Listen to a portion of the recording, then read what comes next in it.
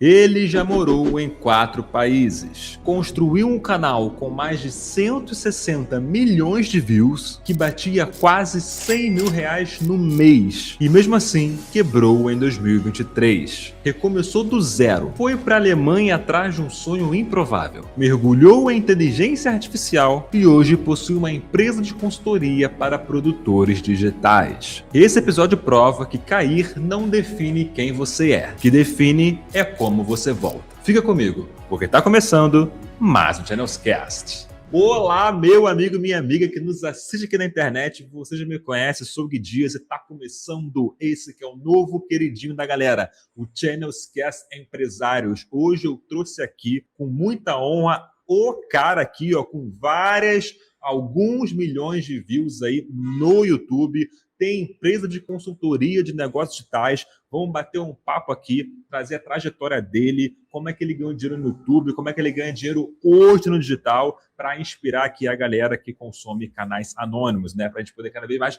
desenvolver aqui o nosso canal, transformar a empresa, transformar numa verdadeira marca. Recebo aqui com muito carinho o meu amigo Vicente Lanari. E aí, tudo bem? Opa, Gui, tudo bom? Beleza?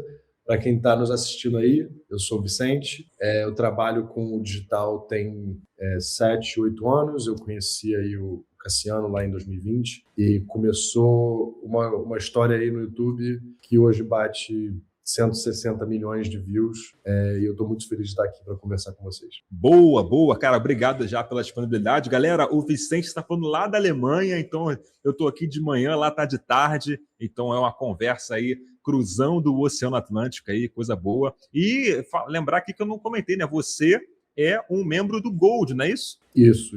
Há muito tempo já. Você, inclusive, quando conhece o Cassiano, antes nem era Gold, era uma outra mentoria que dava, né? Isso, o Uplevel. Eu fiz a mentoria 1 com ele, eu acho que nem existe mais isso, né?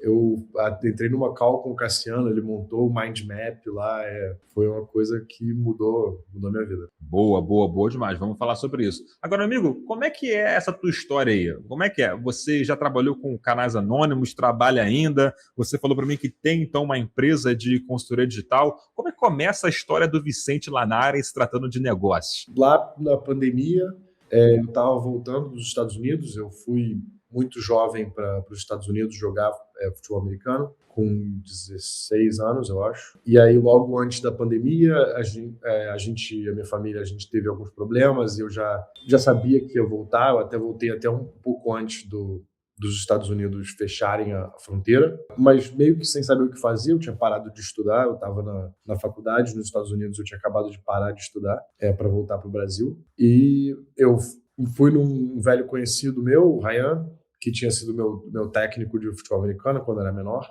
e entrei para o Mastermind sem muito saber o que fazer. E lá, por coincidência, acabei conhecendo o Cassiano e ele sempre dava uns insights sobre YouTube, sobre marcas, sobre como escalar negócios por via de YouTube, né? E falando muito sobre YouTube Dark. Eu não sabia o que era canal Dark.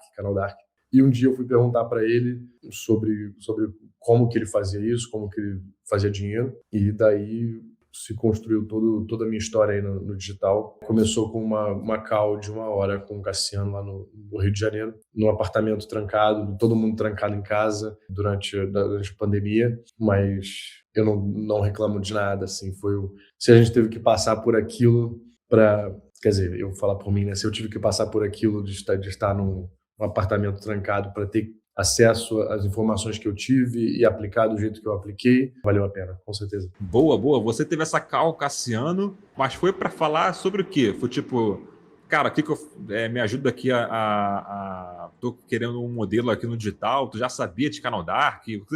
Pelo que eu entendi, você já conhecia o Cassiano, né? Como é que foi essa call aí? O que você fez depois dessa call aí? Então, eu tinha trocado umas mensagens com ele, né? E a gente marcou essa call e ele me pediu, tipo, interesses meus. E aí ele pegou, eu falei futebol americano, foi o principal ali. Aí ele pegou e destrinchou aqui o que eu faria, como montar um canal Dark, os hooks que você usa, conteúdo evergreen, conteúdo trending, venda e AdSense. E daí partiu as minhas conexões buscarem ali o que eu gostava, o que eu queria fazer. E eu não fui pro lado do futebol americano, acabei fazendo um canal de futebol, né, o meu primeiro, que foi bem legal, né, ter feito isso aí.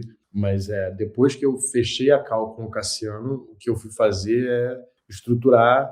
Eu sempre gostei de design, meu pai era designer também, e eu fiz a marca, pensei assim, vamos fazer já um logo bonitinho e tal, e aí comecei a estudar como fazer vídeo.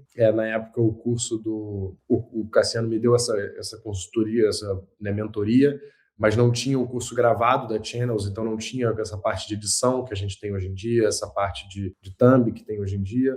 Tipo, ele me explicou, e obviamente eu fiquei com o arquivo que a gente construiu durante a Cal, mas muitas coisas da época eu tinha que ou descobrir na internet, né? Ou no grupo do Up Level. Aliás, um abraço para todos aí, Davi, Silas, pessoas que me ajudaram muito ali no Up Level.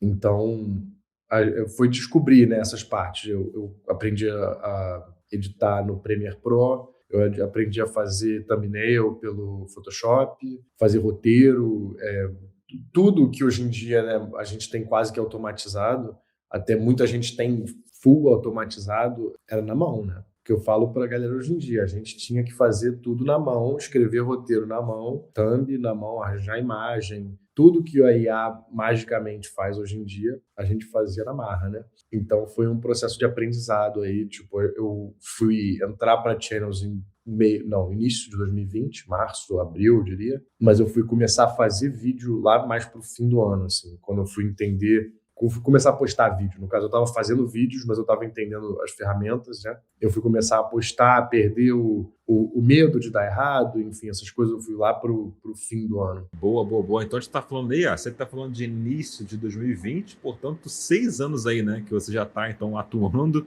no digital, né? Desde do momento que você decidiu cair de cabeça, né? Cair de cabeça. E, cara, eu fiquei curioso agora, que você falou que você decidiu fazer sobre futebol, você levou um ano, quase um ano, para começar a postar. Mas como é que foi aí? Tu teve um canal só? Como é que foi esse canal aí de futebol, cara? Teve resultado? Era canal Dark ou era canal Autoridade? Era um canal Dark, eram edições de highlights e jogadores normalmente tinham alguns destaques, já um jogador da base do Palmeiras, não sei, algumas coisas assim, meio que de notícia, mas era muito conteúdo evergreen e de jogadores com bastante nome já. Pelé, Maradona, Cristiano Ronaldo, Messi, Ronaldo, a galera que o nome vai ser para sempre procurado, né? E o canal teve uma subida devagar, ele demorou para engatar, e eu demorei a acertar thumb, título, tipo, foram coisas que eu tive que aprender com o tempo, né? E aí, se eu não me engano, de 21 para 22 foi quando ele subiu muito. Eu cheguei a fazer, a gente viu aqui antes, né? Foram 63 milhões de views no período de 3 meses até abril ali. E no período de um ano, foram 160 milhões, desculpa, 43 e 160 milhões de views no período de um ano e pouquinho. Só que pouquíssimo disso monetizado. Eu tinha problemas com a FIFA e com a UEFA e com a CBF mesmo, tipo, e coisas de quem tem canal de futebol sabe, tipo, você pode botar a máscara que quiser, enfim, a edição, beleza, pode ser o melhor possível, mas se eu faço um vídeo de 10 minutos que só mostra futebol, não tem eu falando, uma hora os caras vão pegar, né?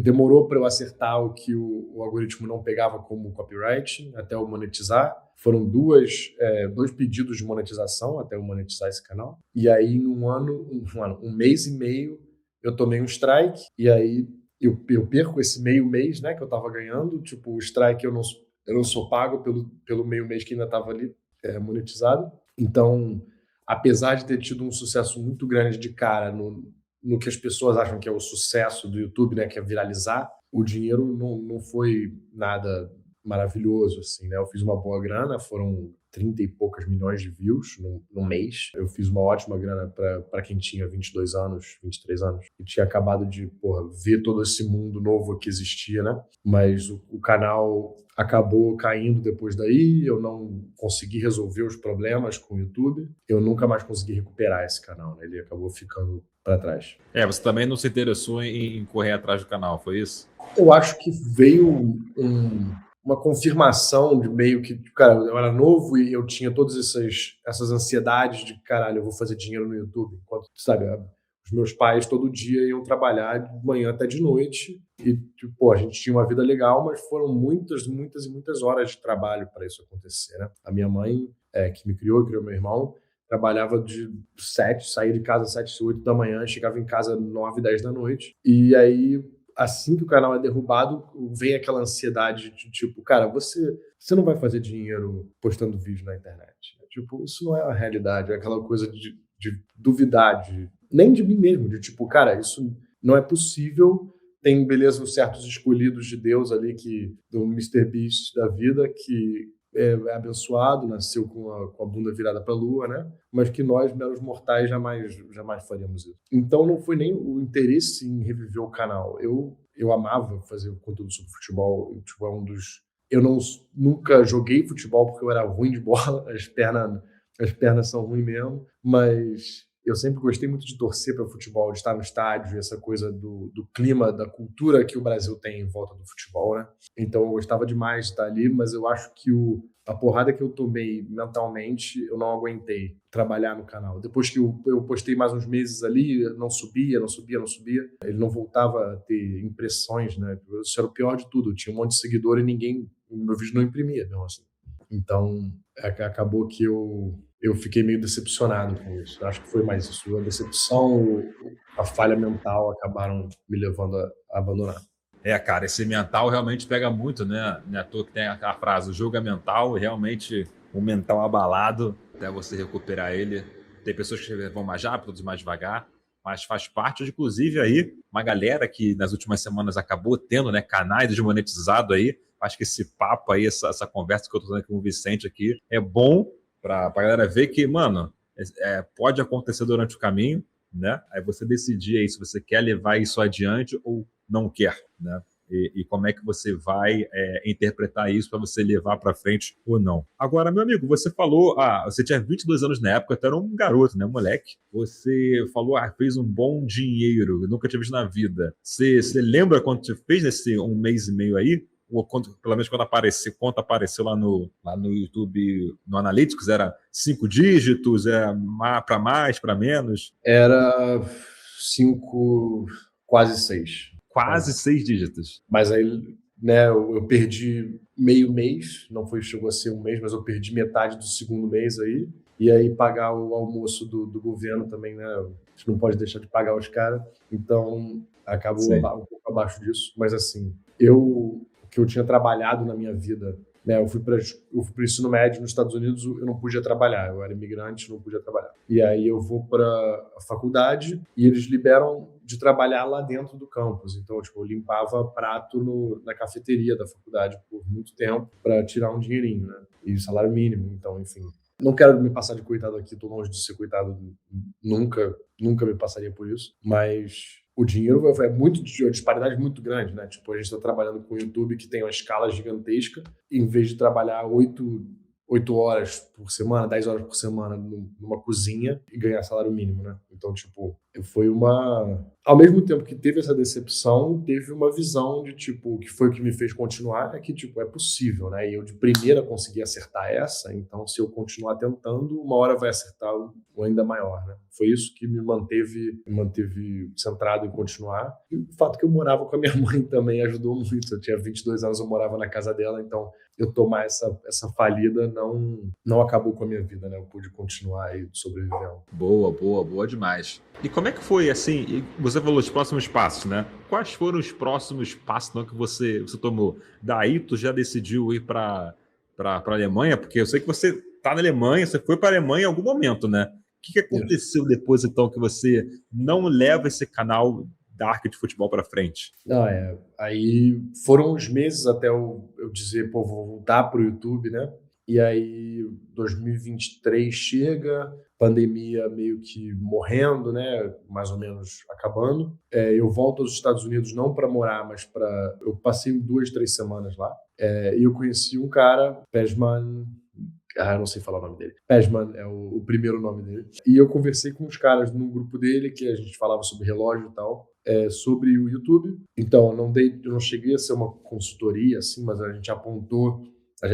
eu apontei partes onde ele poderia melhorar o conteúdo atual dele, plataformas que ele deveria estar para ter conteúdo orgânico espalhando pelos Estados Unidos, né? E foi daí que eu percebi, tá, beleza, talvez tenha um produto aí. Foi que eu comecei a pensar em consultorias, né? Aí, em 2023, eu vou para a Holanda estudar inteligência artificial, que foi incrível.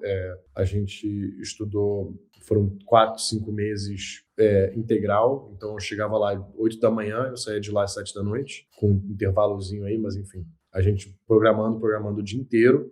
E, de novo, na marra, o ChatGPT era neném na época e não existia Copilot, não existia Codex. Então, de novo, na marra, fizemos na marra como, enfim, todo mundo fazia, né? Não somos foda por isso, todo mundo fazia. Mas eu enxerguei que realmente a IA e esses temas de IA poderiam fazer parte do nosso dia a dia, né? Tipo, beleza que a inteligência artificial existe há, décadas, mas estava se mostrando que iria virar uma parte da nossa vida, afegãos médios, né? As pessoas médias aí da vida teriam acesso a programas simplesmente maravilhosos aí. E foi quando eu comecei a estudar mais sobre isso. Eu pensei em virar programador por um tempo, mas... Programador? Isso, virar dev de Python, que era onde eu fazia muito back-end ali, e cientista de dados e tal, e enfim, eu tô, para felicidade da minha mãe, terminando a faculdade agora em ciência de dados, porque eu larguei por muito tempo, e ela odiava isso, ela acha que eu tenho que terminar e tal, então agora eu tô fazendo online, meio tipo, no meu pace, mas eu tô terminando. Mas esse projeto em Amsterdã termina comigo palestrando para uma sala cheia de gente sobre um projeto que eu toquei com um amigo meu brasileiro, Augusto Eiras, e um holandês também, para a gente trabalhar a previsão de jogos de futebol, que é um desafio, enfim, que acho que muita gente tenta e é curioso, assim, porque a gente sabe que é impossível você ser 100% preciso, né? Mas eu achei bem legal brincar com os tipos de modelos estatísticos e ver o quão perto a gente conseguiria chegar de algo viável como produto, né?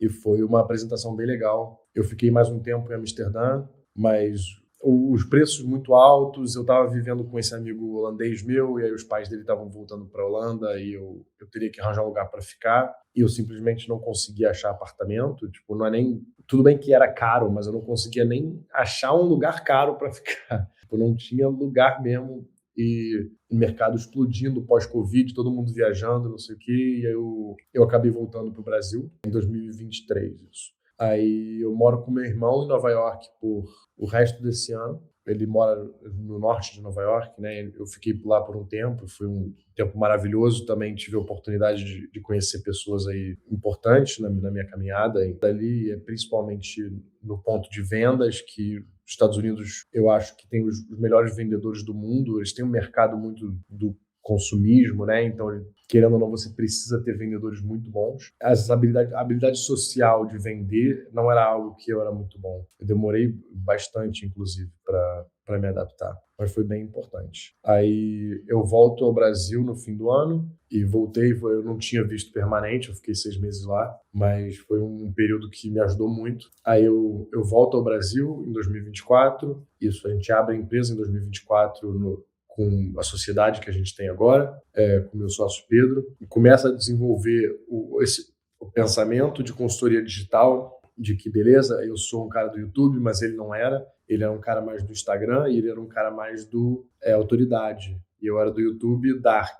Então, acho que isso a gente se complementou muito bem. A gente começou a pensar em como fazer isso um produto mais para empresas e indivíduos em vez de canais. Vamos fazer as empresas e indivíduos lucrarem, venderem mais por via do nosso conhecimento do que em si canais de YouTube ou páginas de Instagram, né, lucrarem mais. E aí, fim do ano bate, eu com uma certa Não é um. Eu amo o Rio de Janeiro. Para mim, o Rio de Janeiro é minha casa para sempre e o melhor lugar do mundo em certas questões. Mas eu estava também com um bode do Rio de Janeiro na questão de segurança, um bode do Rio de Janeiro na questão de liberdade. Querendo ou não, é uma parte da segurança, né? Tipo, a questão exatamente de você não se sentir seguro lá. E eu vivia num bairro ótimo no Rio de Janeiro. A gente estava morando em Copacabana ali, enfim, perto da praia. O clima não era esse frio que está aqui agora, mas eu decidi voltar, sair do país de novo, e eu com passagem e aluguel já prontos para ir para a Espanha, com a ajuda do Anderson, do Channels Gold também, que mora lá em Valência. Eu tinha decidido morar em Valência, então ele me ajudou bastante com bairros, com onde ficar, como o processo de ir. E eu, sendo europeu, isso me facilitou um pouco. E aí chega o finzinho do ano, acho que foi em outubro, a temporada do Vasco, onde eu trabalhava, tinha acabado de acabar. E um amigo que jogou comigo há 8, 9 anos, foi em 2015, 11 anos, cara. Puta merda. 11 anos, ele me mandou uma mensagem, não ouvia dele há bastante tempo, e ele me fala, pô, você quer vir treinar esse time aqui? E a última vez que eu tinha ouvido falar dele, ele estava na Finlândia, então eu achei que era para Finlândia o trabalho. Eu falei, pô, vambora, né? Ele falou que eles ofereciam um apartamento para eu chegar aqui e tal, e eu estava tendo que pagar aluguel na Espanha, então eu falei, pô, vambora, vamos ver aí eu tive uma entrevista com o head coach, com o dono do time aqui, e aí no final, tipo, a gente falou 1 hora sobre esporte, não chegou a mencionar o meu trabalho a nenhum momento, e aí eu só perguntei para ele no final, tipo, eu posso trocar minha passagem, né, porque minha passagem para Espanha, eu posso comprar uma passagem para Alemanha, e ele disse que sim, e, enfim, eu tô aqui há 1 ano e pouquinho, eu cheguei aqui em janeiro do ano passado, eu já tive uma temporada com eles, que foi ótima, mas a gente não foi campeão, e eu cheguei aqui, eu vim para cá para ser campeão em outro país. A gente ganhou um título ano passado na categoria sub-16, mas eu quero ganhar um título nos seniors, né, na categoria adulto. Talvez aí seja o final realmente, final mesmo do meu envolvimento com o futebol americano, mas tem sido maravilhoso estar aqui.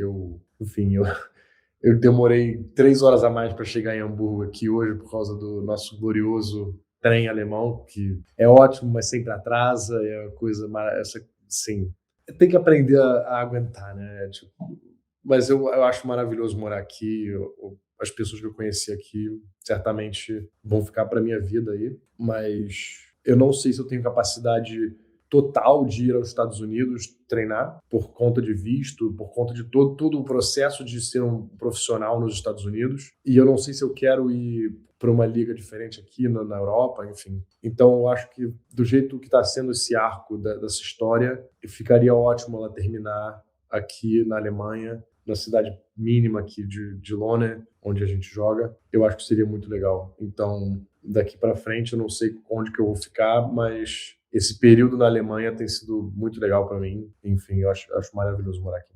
Boa, boa. Então você vai para a Alemanha para treinar time de futebol americano. É isso. E era assim, eu comecei a jogar futebol americano em 2010 com os meus amigos de colégio. Tipo, um amigo meu volta dos Estados Unidos com uma bola. Eu, como de se esperar, e de quase todos os jogadores de futebol americano brasileiro, não era bom de futebol, porque se fosse, né, não estaria jogando futebol americano. E foi um esporte que eu me achei, assim, me encontrei.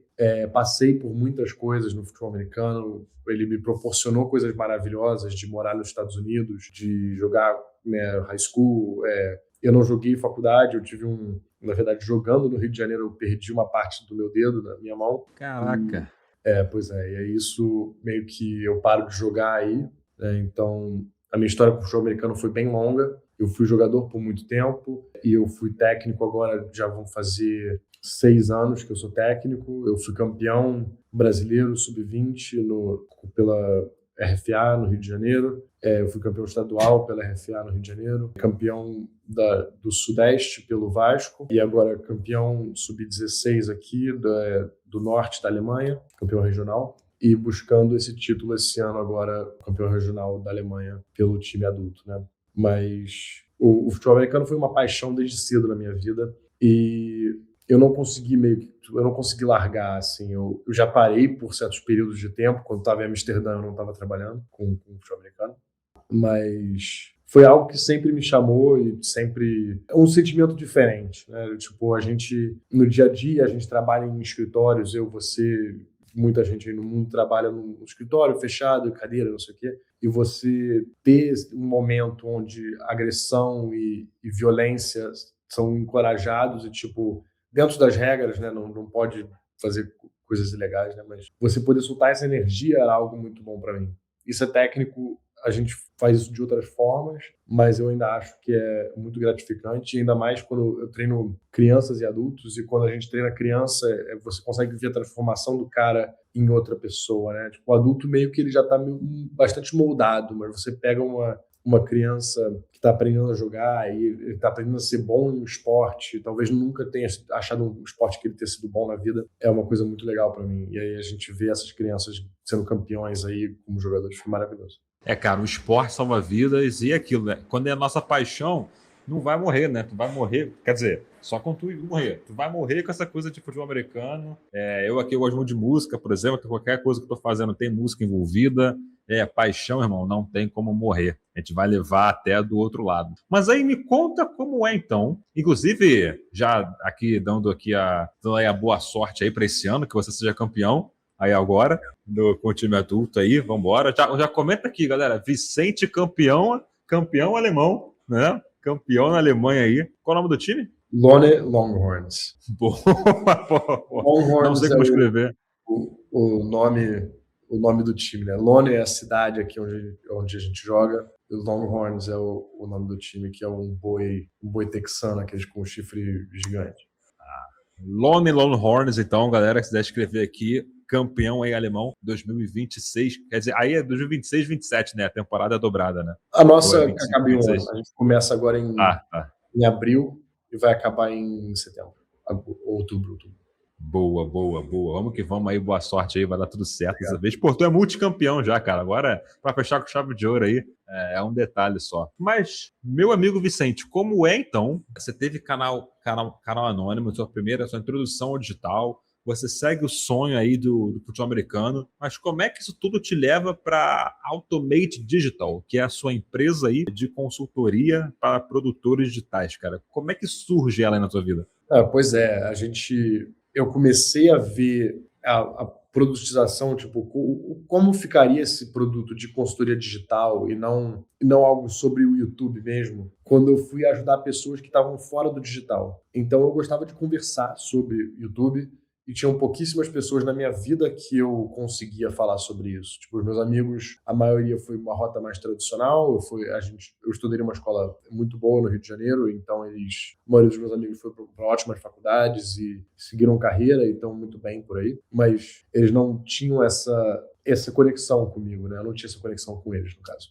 E aí eu comecei a conversar com pessoas que eram de grupos de negócio e, tipo, eles não estavam no digital, mas eu via que talvez o YouTube, na época, poderia beneficiar o negócio dele. E eu comecei, tipo, sem cobrar e sem nem pensar que era um produto, né? Tipo, eu sentava com o cara, conversava, tipo, você está fazendo isso, como você está atraindo cliente. Hoje em dia a internet é muito maior do que qualquer outro meio de atração de clientes. O que você está fazendo para mudar o seu posicionamento e tal. E aí começam a surgir perguntas que eu não sabia responder, perguntas sobre site, perguntas sobre posicionamento de páginas de Instagram. Eu falo, cara, eu sou do YouTube, é isso que eu sei, isso que eu sei fazer. Né? E aí que eu vou pensar no, tipo, existe essa necessidade de alguém ter uma consultoria para o digital que ligue, né, empresas e indivíduos com conhecimento único, com habilidades únicas, o digital no caso, né, monetização no digital, você criar fontes de renda diferentes,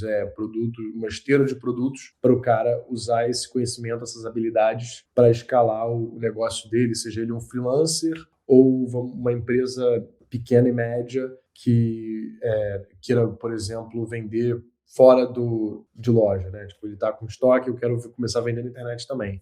Como que a gente faz isso? Tipo, uma coisa é você ter uma loja, a pessoa passa na frente e vê e compra. Agora, como que a gente faz isso na internet? Então, Foi bastante estudo e teste e entender com quem que eu estava lidando, qual era o meu público, né? Acho que a principal parte de qualquer negócio é você entender quem é o seu cliente. Se você não entende isso, você nunca vai vender nada. E aí a gente começou a entender, começou a acertar. Foi um começo e, assumindo até hoje em dia, é absolutamente inconsistente na questão de resultados. Tipo, tem meses que são muito bons, tem meses que a gente está sem cliente, enfim. Então, não é a vida diferente do quando eu era produtor de conteúdo, né? Tipo, você fazer um canal e monetizar, ele obviamente é inconsistente, como você sabe. Tem meses que são ótimos no YouTube, tem meses que não são tão bons assim, mas você tem alguma previsibilidade e vai cair todo mês, né? Algum dinheiro vai entrar. Agora, fazendo consultorias, tem meses que não sai dinheiro, né? E tem meses que vai sair bastante. Tipo, a questão é um pouco mais disciplinar, é um pouco mais business mesmo, focado em negócio, em gestão de dinheiro, né? De capital, principalmente quando o meu capital de giro não é tão alto. Então, é saber gerir muito melhor uma estrutura do que simplesmente o que eu fazia no início, que era vamos postar vídeo e entender as métricas do YouTube, né? Que foi sempre, o meu foco no início era esse, entender métricas, entender engajamento, como vender, isso aqui. E agora a gente pensa em como que eu atinjo meus clientes certos, quais as parcerias que eu tenho que ter para vender um bom serviço, para fazer um bom serviço, quem que eu tenho que estar perto para ser recomendado, né? Quais são os meus clientes que têm essa propensão a recomendar o meu serviço para outras pessoas. E tem sido legal, foi um crescimento muito grande da minha parte. Eu estou com 28 anos hoje em dia. Gostaria de imaginar que eu ainda sou garoto, né? Mas foi um crescimento muito grande do Vicente, produtor de conteúdo digital para o YouTube, né? E agora eu fazendo parcerias aí com SaaS, com empresas de software, com criadores não dark, né? Com canais de autoridade. Então, tem sido bem diferente, assim, eu acho que é isso. E eu acho que um bom resumo, assim, da minha vida é que eu busquei desde esses anos aí, depois de conhecer o Cassiano, entrar para o empreendedorismo, testar, ver o que encaixa comigo, com o meu perfil. Foi um conceito que eu li num livro do Nassim Nicholas Taleb, eu acho, o Antifrágil. Foi esse livro, que fala sobre tinkering, que é o conceito de... Tinkering é testar o encaixe, né? Você testar o fit, o quanto isso encaixa com você, com a sua personalidade, com as suas habilidades. Foi algo que me marcou muito desde que eu li esse livro, tem 6 anos, 7 anos. Ficou na minha mente. E eu acho que a minha vida é um eterno ciclo de curiosidade, que eu penso que eu talvez possa me interessar, eu testo e eu continuo nisso, né? E as coisas que dão certo deu certo e encaixou com o que eu gosto, vamos então produtificar, testar em um nível maior e alavancar, né? Então, deu certo em algumas vezes, deu errado em outras. Eu acho que a vida de todo mundo é assim e tem sido muito legal isso, principalmente tem sido uma aventura muito legal.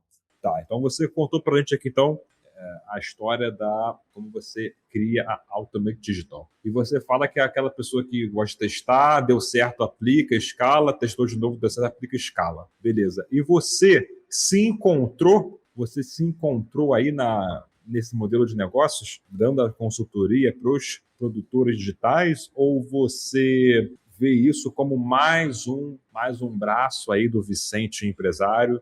Você chega a cogitar voltar a ser um produtor de conteúdo, porque no Office, para mim, que não gosta muito de produzir, né, conteúdo, você gosta mais da parte de gestão, que, se eu não me engano, é a que você está à frente aí na Automate, é isso? Isso.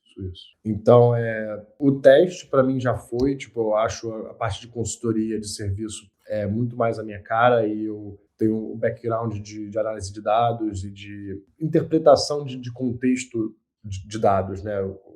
Meu português falhando um pouco, me desculpa, mas eu saber trabalhar o que eu já conheço, o que é da minha área, o que é do YouTube, com o contexto de cada pessoa, de que visão que elas têm para a empresa delas. E eu acho que um setor que me deu um encaixe muito bom foi a parte de software, porque eu já trabalhei com programação e tenho conhecimento e programo até hoje coisas internas, né? Tipo, eu não tenho nenhum produto programado, programa e tal, mas eu tenho coisas internas que a gente usa na nossa empresa, automações e workflows, enfim, que eu faço. Então, eu acho que esse setor aí encaixou bem legal, que é trabalhar com empresas de software, principalmente de software as a service, né, o SaaS, com a consultoria a gente pega o produto deles e aí vamos explorar mercados, vamos mandar para outros lugares.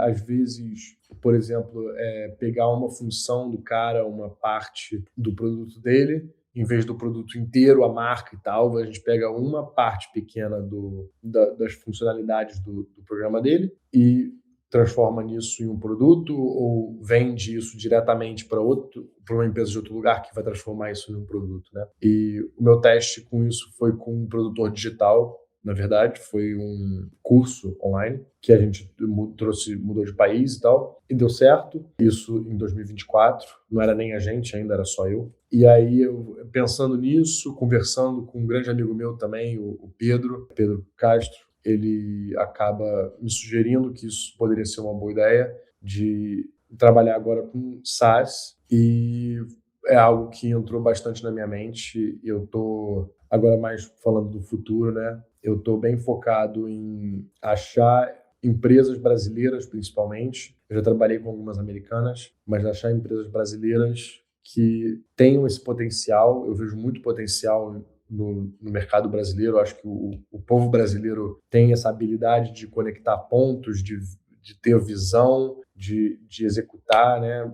Eu acho que a gente trabalha muito e tem um sentimento que a gente precisa sair da nossa situação, né, no Brasil. Muita gente, pelo menos, tem essa necessidade de sair da situação que está. Então, eu acho que encaixa muito bem, assim. Aliás, todos os lugares do mundo que eu fui se gostavam muito de brasileiros no meio de trabalho, porque eles sabem o quanto que a gente entrega, né? Então, é algo que eu estou focando bastante agora. A gente tem conversado mais com pessoas que a gente conhece. Eu não quero chegar de cara socando dinheiro em ads, enfim, achando várias pessoas e fazendo um processo de seleção e não sei o quê. Eu quero focar em algumas pessoas que eu já tenho contato, algumas pessoas que são contatos de pessoas que eu conheço, para fazer isso aos poucos, né? Eu não quero estar em 5 desses ou 4 desses ao mesmo tempo, entendeu? Eu quero poder me dedicar, porque eu sou a peça principal do nosso serviço no momento, e eu quero poder me dedicar inteiramente a isso e entregar um produto bem legal. Então, eu não quero fechar vários contratos agora. Eu quero ter alguns, 3, 4, e dando certos primeiros passos, talvez outros mercados com esses mesmos clientes, antes de eu pensar em, agora vamos dedicar, sei lá, contratar 5 pessoas, fazer um time só para isso, dedicar um dinheiro grande em marketing para adquirir cliente nisso, né? Porque, enfim, eu ainda acho que a estrutura está a ser montada, e aí eu enfiar time de verba grande de marketing, né? Agora no começo, eu acho que seria um erro. Então acho que o caminho é esse: a gente fechar alguns caras brasileiros. Eu quero mesmo focar no mercado brasileiro agora, levar eles para fora, acertando. Aí a gente avalia o melhor método de escala, né? Eu acho que esse é o caminho agora. Boa, meu amigo. Você falando aí, eu tô lembrando aqui que as conversas que você tem lá no Gold, né? Tu é o cara da automação também, né? Rolou um assunto lá de automação, SaaS. Você e o Nardoto lá são os que mais falam. Tem o Então, Peter também, né? O cara eu não sei, mas eu gosto. Tem a galera ali que é programador raiz mesmo porra, foda, assim, Nardoto, tem mais gente, com certeza. Tem o Peter também, fala bastante. Também, exatamente. Então, tem gente ali que sabe muito mais do que eu sobre programação e tal, mas eu gosto muito e aprendo muito todo dia.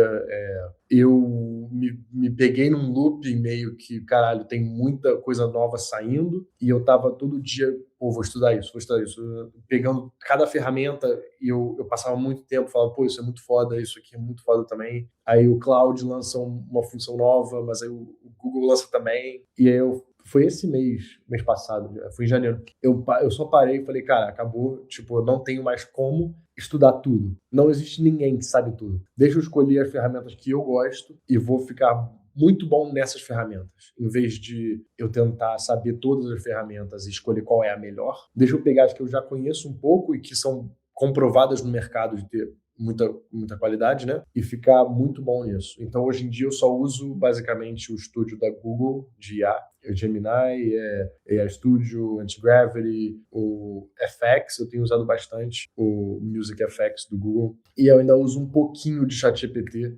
mas eu me dediquei a, assim, eu achei o último lançamento que a Google fez muito bom para eu não usar. Eu falei, é isso, o Google já está aí muito forte, já era uma empresa muito grande, né? Uma empresa muito mais robusta do que a OpenAI, do que a Anthropic. Então, eu também tendo a ver que eles provavelmente vão ganhar essa corrida da IA. Então, Cravou aqui a previsão, não. O Google vai ganhar a corrida da AI? Não apostem o seu dinheiro nisso, mas eu acho que sim, Boa, meu amigo. É isso aí, ó. Realmente é muito efervescente esse ambiente lá do Gold, né? Todo dia é aprendizado. A gente está ali a 225 membros, são 225 empresários, né? Pessoas, todo mundo ali tem um pezinho no canal Dark, mas não apenas, né, nos canais anônimos. Inclusive o Vicente aqui é um exemplo nosso aqui. E realmente todo dia no Gold ali é dia de aprender com a galera grande, né? Igual aquele ditado lá do Isaac Newton, eu não sou grande, aqui eu sentei no ombro de gigantes, né? Então o Gold é isso, assim, cara. E realmente muito gratificante poder fazer parte dessa fraternidade. Inclusive, vou fazer o convite aqui, você que está ouvindo a gente aqui agora nessa pegada de Channels Cast especialistas, vou fazer o convite, quer conhecer o Gold, você clica aqui no link da descrição. Mas se você não é para mim ainda, eu quero aprender sobre canais anônimos, quero aprender a monetizar o meu canal, seguir o passo a passo, para daqui a pouco estar indo para um Gold, também não tem problema. Tem um link aqui no comentário fixado para você conhecer a Channels. Pode começar pelo Channels Club, né, onde a gente tem lá na nossa base mais de 15 mil alunos só no Channels Club, nossa mentoria de acesso para você poder entrar nesse mundo aí de monetizar no YouTube sem aparecer, e aí você vai lá subindo escadinha, naturalmente vai galgando outras mentorias, e aí quem sabe, né, daqui a pouco você chega aí no nosso Channels Gold para estar aí sentando, né, no ombro de gigantes aí, poder estar escalando cada vez mais o seu negócio ou os seus negócios, não é mesmo? Eu já quero adiantar aqui, Vicente, que estou me amarrando no nosso papo, tá super maneiro, tá? Eu com certeza vou sair daqui mais inspirado, mais inteligente, muito mais rico. Papo bom é papo assim. Então, para esse ano, então, finalizando essa linha do tempo, digamos assim, para 2026, qual seria uma meta aí? Tipo, se a gente saísse daqui com uma meta hoje para 2026 na Ultimate Digital, qual seria? Eu quero levar 5 startups, 5 SaaS brasileiros para fora esse ano. Eu acho uma meta simples e completamente atingível, assim, e que faria muito bem tanto para mim quanto o que eu quero fazer da minha vida, no sentido de sentir que eu estou cumprindo com o que eu gosto de fazer, quanto para os criadores e as pessoas no Brasil que trabalham muito e são muito foda, tem pessoas absurdamente fora da curva que merecem ter mais do mercado mundial e merecem ser mais reconhecidos pelo que eles fazem, e eu acho que isso é grande parte do que me motiva a fazer isso também, as histórias dessas pessoas que estão por trás de produtos tão maneiros. Boa demais. Você vê isso como um propósito, cara? Não digo um propósito de vida, mas um propósito? Certamente, cara. Uma das últimas coisas que eu falei com o Cassiano no primeiro podcast que eu gravei aqui é que eu gostaria muito de ensinar, mas eu não consigo ser professor, porque eu não tenho paciência de sentar na sala de aula por 1 hora, 2, e às vezes pegar alguém que não consiga entender e, tipo, fazer o cara entender. Eu conheço as minhas limitações, eu não sou um cara que tenha paciência para fazer isso. Então, essa é a forma que eu ajudei de integrar, né, a minha vontade de ajudar o brasileiro, a melhorar e a evoluir e a melhorar a vida de outros brasileiros, né, porque esses produtos, querendo ou não, vão melhorar a vida de outros brasileiros. Foi a forma que eu achei de encontrar essa vontade dentro de mim e encaixar dentro do que eu sou bom, em vez de, enfim, eu talvez tentar ser professor, tentar ser instrutor de alguma coisa e não ter a paciência suficiente para ter sucesso naquela área. Boa demais. Adorei esse papo aqui. Não adianta, cara. Quando tem um propósito assim, é imparável, né? Tanto que a gente vê aí. A tua história é muito bacana, muito boa.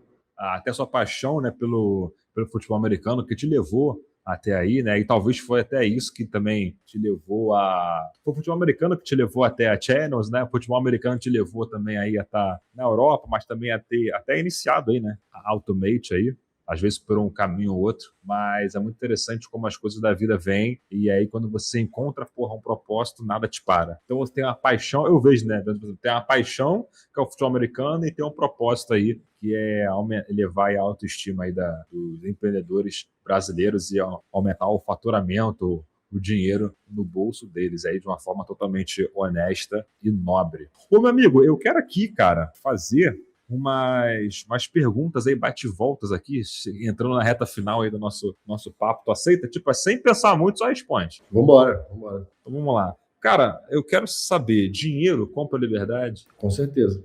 Quem discorda, compra um voo agora e vem aqui discordar de mim. Boa. Você vir aqui discutir comigo depende do seu dinheiro. Então, sim, óbvio. Boa. Cara, me fala um hábito aí, cara, que foi essencial para um dos seus sucessos. Você foi um cara que teve vários sucessos aí ao longo da tua jornada. Me fala um hábito essencial para dar bom. Curiosidade é de longe o hábito mais importante que qualquer pessoa pode ter na vida. Curiosidade Boa. de desafiar o que já foi te dito e explorar novas possibilidades e simplesmente pensar que você pode estar errado. Você ter essa curiosidade, eu posso estar errado, deixa eu procurar a verdade, é algo que vai te levar ao infinito. Boa demais. E um contrário, um hábito que afunda negócio, afunda a ideia, afunda sociedade. Eu acho que a resistência à mudança, tanto em mim quanto em várias pessoas que eu conheço, é o hábito que mais deixa pessoas por aí. O seu ego resistindo a você mudar, talvez, o seu círculo de amizades, os seus hábitos mesmo, o seu ambiente, com certeza. Boa demais. Eu não sei se eu perguntei para você, né? Você trabalha com sócio hoje em dia, né? Uhum. Cara, me fala aí um pró e um contra aí, cara, se trabalhar em sociedade. Cara, eu amo meu sócio e, assim, um abraço. Canop, Pedro, te amo. A gente acorda em horários muito diferentes, cara. Isso é o meu contra. Eu acordo cedo pra cacete e tendo a dormir muito cedo também.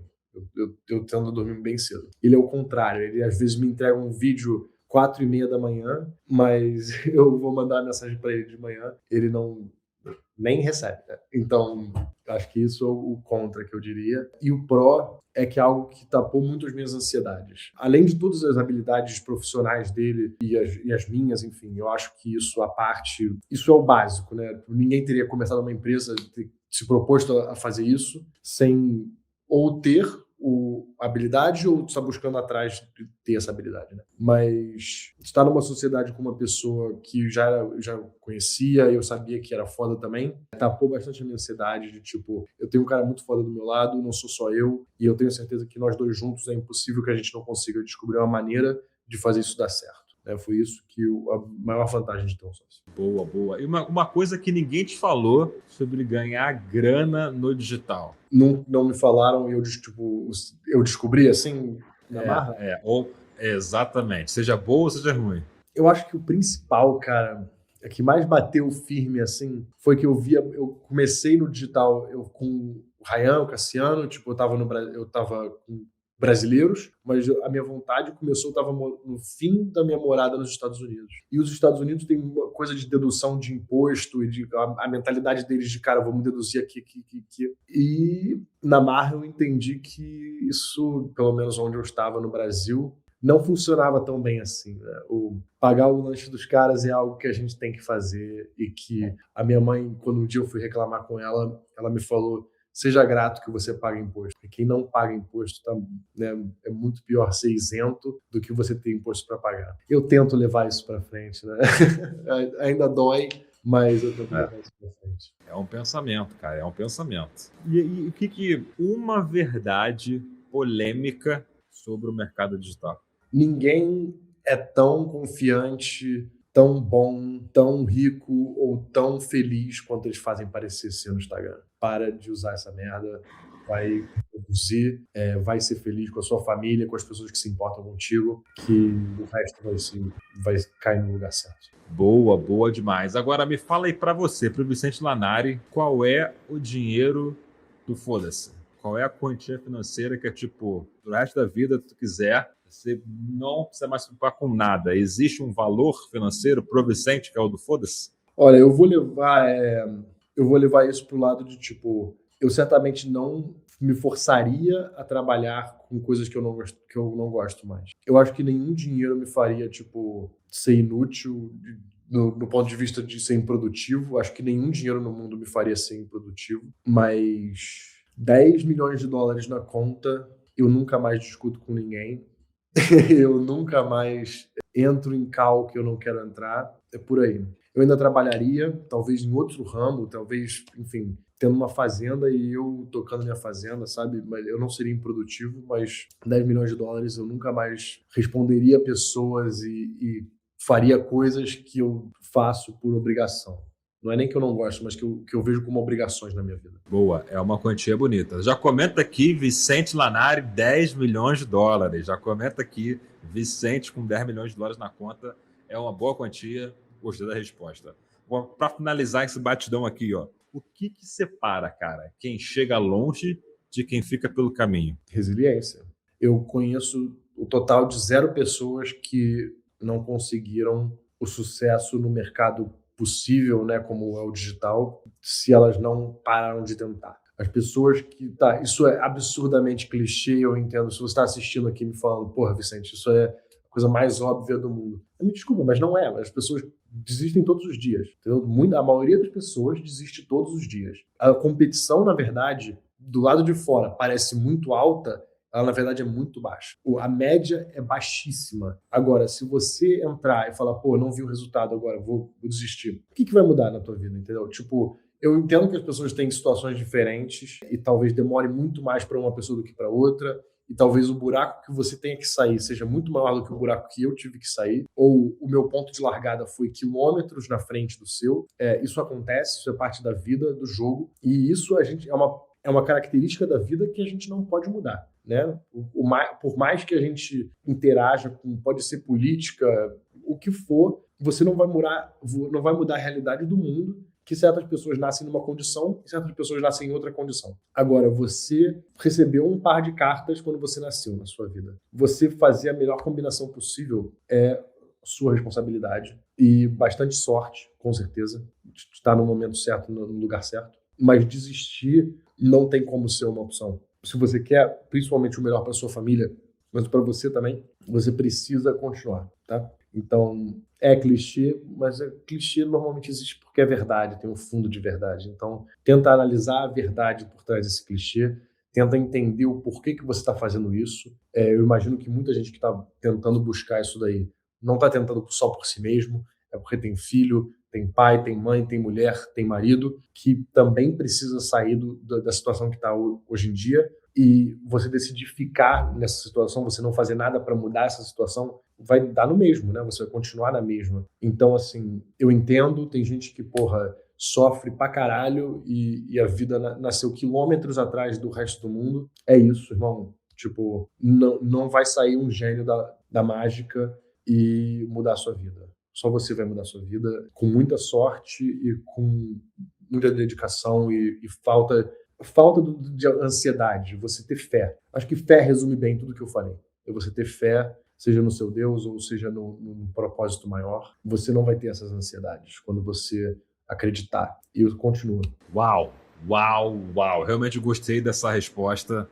Acho que a gente finaliza bem com chave de ouro aqui esse nosso papo aqui. Tem a resiliência e tem a fé. Comenta aqui, ó, galera. Resiliência e fé. Tá aí as palavras do nosso amigo Vicente aí, o insight dele. A receita, então, do Vicente aí para chegar longe e não ficar pelo caminho. E o que me impactou também é você ter falado sobre que parece que existe muita competição, quando na verdade não tem, né? Realmente, as pessoas que escolhem continuar, por mais que haja desafios, são poucas, né? A maioria fica pelo caminho, né? Fica pelo caminho daquilo que se decidiu um dia lá atingir. Então, essa frase realmente me impacta. Meu amigo, ó, para finalizar aqui, ó, você tem a oportunidade de vai fazer um post aí que vai chegar para todo mundo no planeta Terra, vai chegar a notificação para essa galera e ela vai poder ler. Que frase você mandaria para cada pessoa do planeta Terra? Qual palavra seria essa? A pessoa, todo mundo vai receber, vai ler a notificação, ela vai sumir. Mas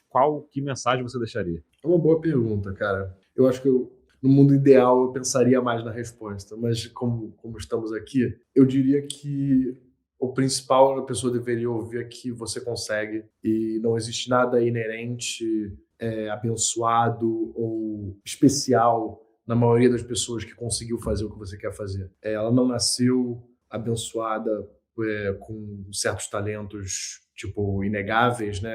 Você nasceu com provavelmente quase todas as mesmas capacidades. Então, você consegue, não desista. É só isso que eu tenho a dizer. Boa demais. Assim a gente finaliza aqui nosso segundo episódio. Channelscast Empresários. Já comenta aqui o que você achou desse episódio. Eu achei incrível, Vicente.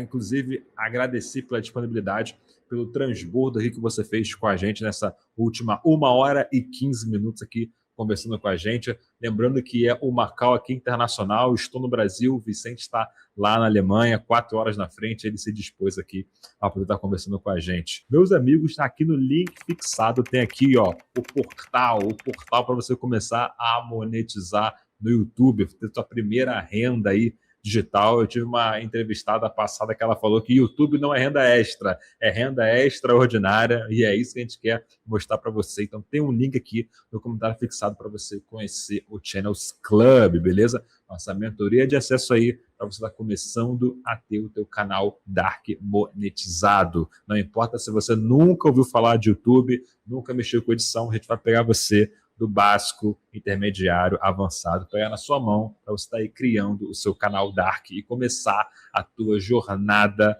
no digital. Beleza, meus amigos?